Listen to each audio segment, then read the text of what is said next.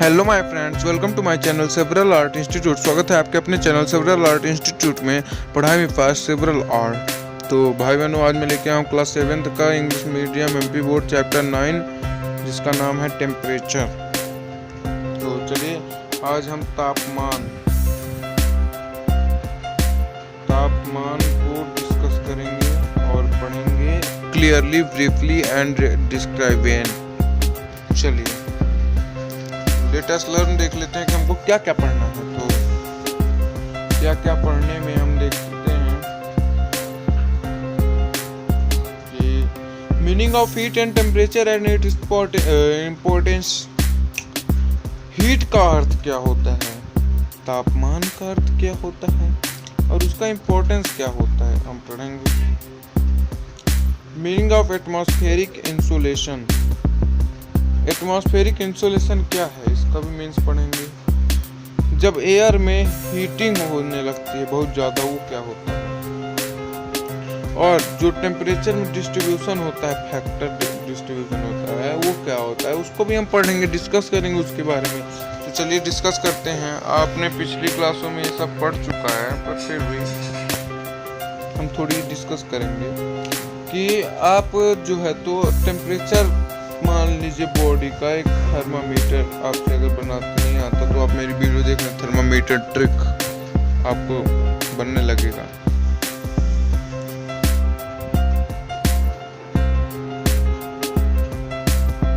इस तरह का कुछ इंटरफेस जो रहता है थर्मामीटर में, वो होता है ऐसे ऐसे ऐसे। ओके, आपने 6th क्लास में भी पढ़ चुका है और अब भी पढ़ेंगे। इसी से हम लोग अपने बॉडी टेम्परेचर नापते हैं, डॉक्टर लोग नापते हैं, आप देखा होगा आपने। तो चलिए हम इसके बाद चर्चा तो करेंगे ही, पहले कुछ पढ़ लेते हैं। B experience heat and chill with the change in a season में हमें एक्सपीरियंस है कि चेंज होते रहते हैं, मतलब जल्दी जल्दी या नॉर्मली है, क्योंकि एयर जब भी कम होती है, कभी गर्म कभी ठंड बनती है, भी कम होनी, तो इसका तो ये स्वाभाविक है, होना ही है। जो हीट होती है उसे ही जब वो प्रिविलेंट हो जाती है, तो एयर में जब वो प्रिविलेंट हो जाती है तो टेम्परेचर कहा जाता है। वही टेम्परेचर, वही पार्टिकुलर टेम्परेचर जो है, वो डिग्री हॉटनेस जो होती है एयर की, वो डिफाइन करता है किसी भी स्पेसिफिक या किसी भी प्लेस पे। तो यही इसको किससे मेजर करते हैं, तो इसको थर्मामीटर से मेजर करते हैं, जैसे मैंने अभी बताया। तो जो एक टेम्परेचर होता है, इसको सेल्सियस या सेंटीग्रेड में मापते हैं, सेल्सियस या सेंटीग्रेड में। इसकी इम्पोर्टेंस क्या होती है, इसकी इम्पोर्टेंस ये होता है कि हम अपने सीजन, अपने क्लाइमेट और पार्टिकुलर जिस प्लेस में हैं उसके बारे में अच्छे से सीजनल टेम्परेचर के बारे में जानते हैं। जैसे मैं अभी जहाँ भी हूँ, अपने टेम्परेचर अपने स्मार्टफोन में है मेरे, तो आप जहाँ हैं वहाँ का भी होगा।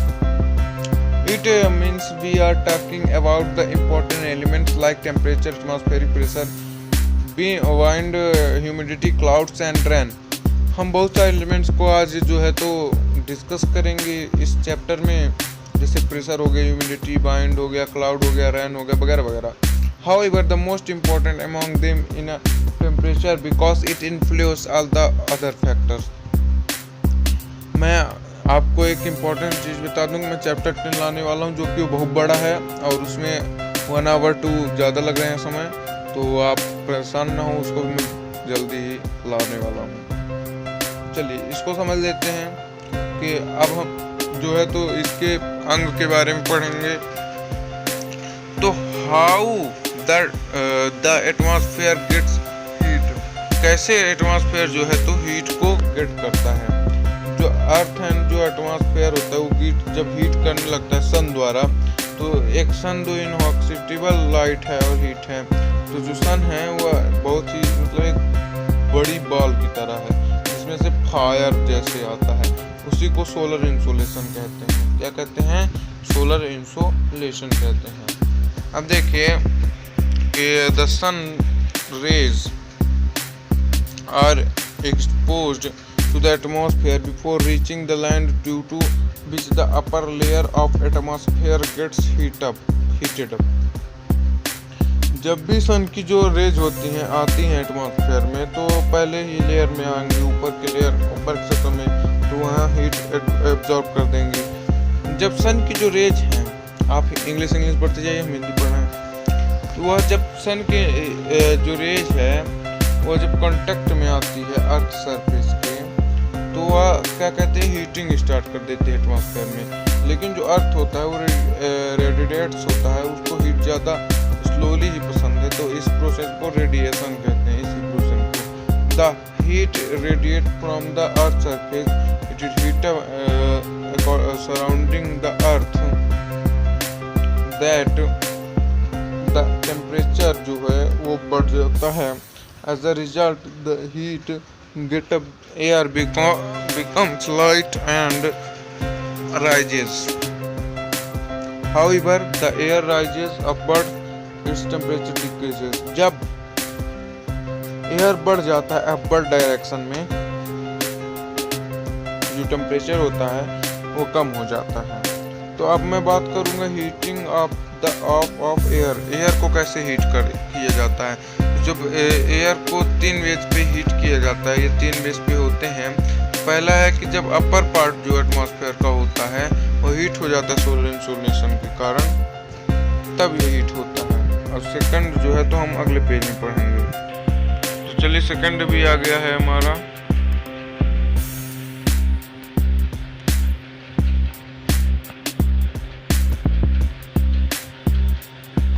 When the atmosphere comes in contact with the hot surface of the earth, that lower part of the atmosphere gets heated up.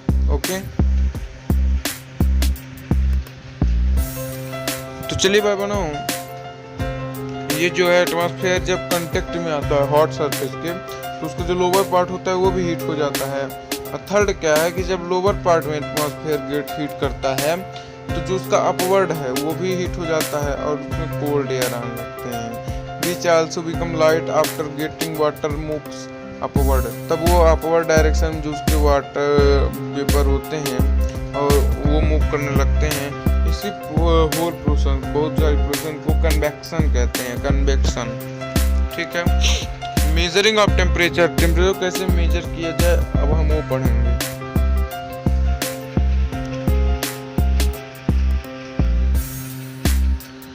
देखिए, टेम्परेचर को मेजर करने के लिए एक जो है तो इंस्ट्रूमेंट की ज़रूरत होती है, जिसको हम थर्मामीटर कहते हैं। और ये जो इसकी यूनिट होती है वो सेंटीग्रेड या फ़ारेनहाइट में होती है, जो कि डिग्री गिवन की जाती है, और ये सेल्सियस में यूज की जाती है सेंटीग्रेड के। तो सेंटीग्रेड थर्मामीटर क्या होता है, तो जो साइंटिस्ट होते हैं सेल्सियस इन्वेंटेड सेंटीग्रेड, सेल्सियस को सेंटीग्रेड कहा इन्वेंट कर दिए, जिसको थर्मामीटर में वो होता है। तो इसलिए जो सेल्सियस है उसको सेंटीग्रेड के नाम भी जाना जाता है। और जो फ्रीजिंग पॉइंट होता है इसका 0 डिग्री सेल्सियस और boiling point 100 degree Celsius. Freezing कितना 0 और जो बॉइलिंग होता है वो 100। 2 स्टेट होते हैं टेम्परेचर के, एक मैक्सिमम एक मिनिमम। कितने होते हैं? 2 स्टेट, मैक्सिमम और मिनिमम। तो डेली डिफरेंस हम सब लोग देखते हैं मैक्सिमम मिनिमम टेम्परेचर के इसको ही ड्यूरनल रेंज कहा जाता है टेम्परेचर का। To get average temperature we add the maximum and minimum temperature and divide it by 2। इसको हम 2 से क्या करते हैं डिवाइड, जितनी भी टेम्परेचर उसको 2 से डिवाइड कर दोगे तो आ जाएगा। अब चलो फैक्टर अफेक्टिंग टेम्परेचर, वो फैक्टर्स को हम देखते हैं जो टेम्परेचर को अफेक्ट करते हैं। तो नीचे दिए गए यहाँ पे बता रहा है जितने भी हैं तो वो अफेक्ट करते हैं। तो देखो हम समझते हैं। पहला है the angle made by sun rays, जो एंगल सन के किरणों के द्वारा बनता है। तो देखो एटमॉस्फेयर में बहुत अर्थ के पूरे सराउंडिंग यानी सर्कुलर स्टेट में एटमॉस्फेयर होता है। तो उसमें जब सन की रेज आती हैं जनरली, जब स्ट्रेट होती हैं तब, और जब स्फेरिकल होती हैं शेप के अर्थ पे तब, it reaches different places in different angle, तब ये डिफरेंट जो एंगल है उसको जन्म दे देती हैं या एक उत्पन्न करती हैं। जो ये रेज कहलाती हैं सन की, वो वर्टिकल या इक्वेटर पे होती हैं, silent at the poles, slant type की होती हैं। और जो ये ऐसे होती हैं, ये हो गया, सॉरी ये हो गया, ठीक। मान लीजिए कि पॉइंट, ओके, यहाँ पे जो है स्लैंट टाइप जैसे बता रहा है, एक वर्टिकल हो गई और एक आपकी जैसे कह रहा है कि मतलब वर्टिकल रेज जो एक तरफ पे आती इक्वेटर पे, ये आ गई इक्वेटर पे, एक ये आ गई टॉपिक ऑफ कैंसर, इस टाइप की कुछ रेज होती हैं। और यहाँ पे जो एंगल बनता है, जरा सा कोण जो जिसको हम कहते हैं, ये यहाँ पे इसको मिसिंग करूँ, ये एंगल, ये एंगल, ये एंगल, ये एंगल, ये एंगल, ये एंगल, ये एंगल, इसी को हम लोग सन रेज एंगल कहते हैं, ठीक। अब देखिए डिस्टेंस जो ट्रेवल की जाती है सन के एटमॉस्फेयर में, वो क्या होता है, तो जो वर्टिकल रेज होती हैं, वो शॉर्ट डिस्टेंस जो होती है उसको पास करती हैं स्लैंट हाइट पे, ठीक, एक स्लैंट हाइट पे। तो इसी को जो होता है लॉन्गर डिस्टेंस के अकॉर्डिंग जितना भी होता है, ये मतलब इतना जो लॉन्गर डिस्टेंस होता है उसी को जो है हम लोग कहते हैं लॉन्गर डिस्टेंस, या ये कहते हैं कि सन रेज से कन्वर्ट कर देती हैं ये। तो और अगला जो है टॉपिक तो मैं अगले पेज पे डिस्कस करता हूँ। ये देखिए जैसा कि मैंने पीछे पेज पे समझाया हुआ था कि एक ऐसी लाइन जाती है, फिर जो है तो एक ऐसे लाइन जाती है, एक वर्टिकल रेज जाती है, एक हॉरिजॉन्टल जाती है, दोनों आगे मिक्स होते हैं, यहाँ पे एक एंगल बनता है, वही जो एंगल होता है वो सन रेज एंगल कहलाता है, ठीक है। ऐसा हमने समझ लिया। तो फ्रेंड्स, जैसे मैंने आपको यहाँ पे समझा दिया टेम्परेचर की डिस्ट्रीब्यूशन, और तो मैं आगे चलना चाहूँगा।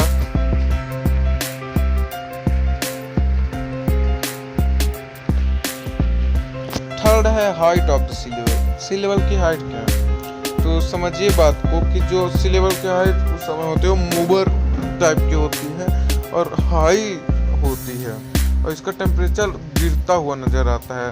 और ये माउंटेन, जैसे एक माउंटेन नहीं होता है ऐसे, ये समझ लीजिए,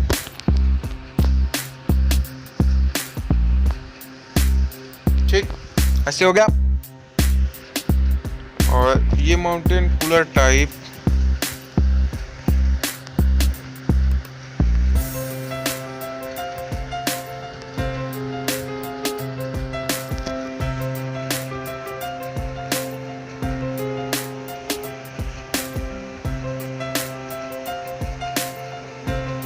ऐसे कूलर टाइप होता है, इसके इंटरफेस में आता है, ओके।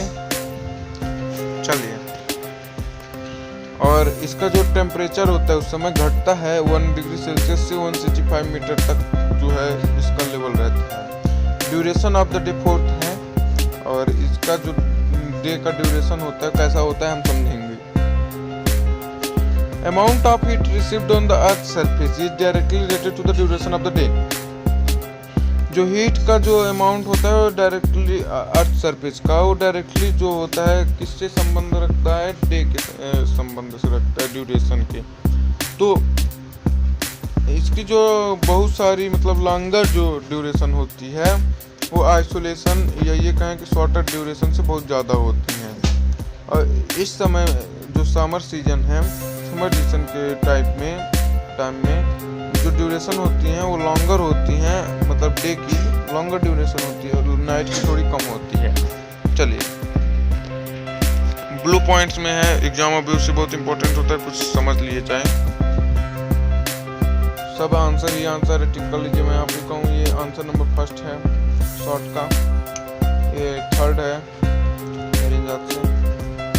टेरेस्ट्रियल रेडिएशन क्वेश्चन होगा, एक कन्वेक्शन होगा, 3 टाइप का हीट, ये वाला नहीं है कोई आंसर। चलिए, तो पहला है heat present in the atmosphere called temperature, मतलब टेम्परेचर की शॉर्टली डिफिनीशन है। सन को एटमॉस्फेयर जब हीट करता है वही सन है जो एटमॉस्फेयर को हीट करता है। और सोलर रेडिएशन जो होता है सन से उत्पन्न होकर हीट रेडिएट करता है वही सोलर रेडिएट है।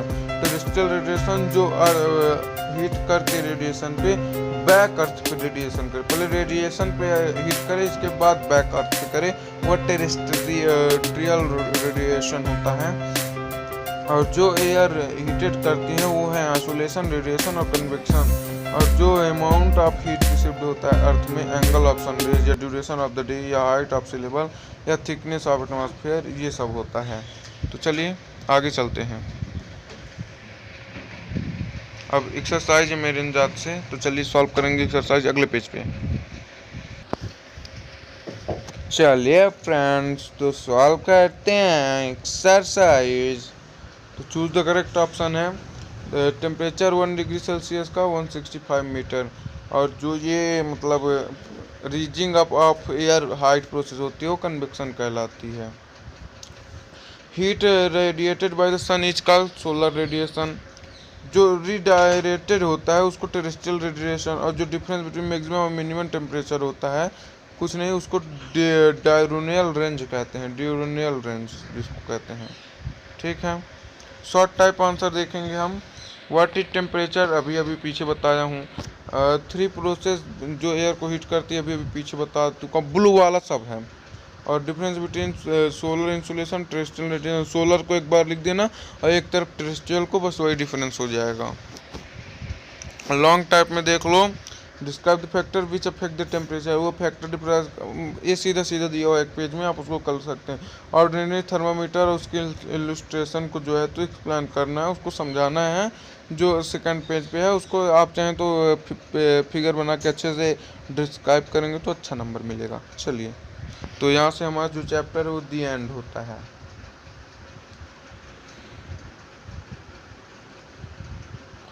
पढ़ाई में फर्स्ट यारों सेवरल आर्ट। तो थैंक्स फॉर वाचिंग दोस्तों। हाँ जी, पढ़ाई में फास्ट जी, सेवरल आर्ट जी।